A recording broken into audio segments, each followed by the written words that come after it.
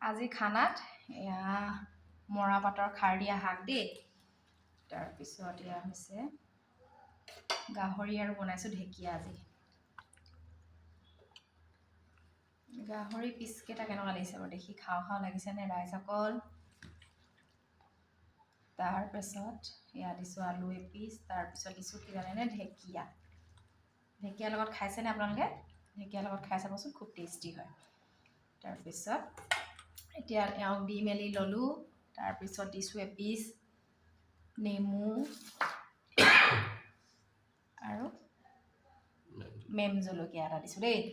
খাই পিনি কওক পটাপট কেনেকুৱা হৈছে খাবলৈ। মৰাপাট আমাৰ ঘৰত ফেভৰেট মানে মজা হৈছে, মজা মানে মই নিজেই ভাল পাওঁ এইটো খাই দেই। তাৰপিছত তেওঁ এতিয়া গাহৰিটো কওঁ আকৌ।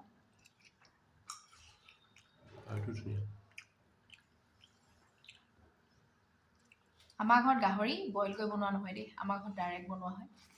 বহুতে মানে বইল কৰি বনাই যে, আমাৰ ঘৰত নহয়। আমাৰ ঘৰত সেইটো টেষ্টেই পোৱা নাযায় বইল কৰি ল'লে। আমাৰ ঘৰত সেইটো মানে খানাটো ভাল মানে সুবিধাজনক নহয়। দাইল অকণ খাই চাওক।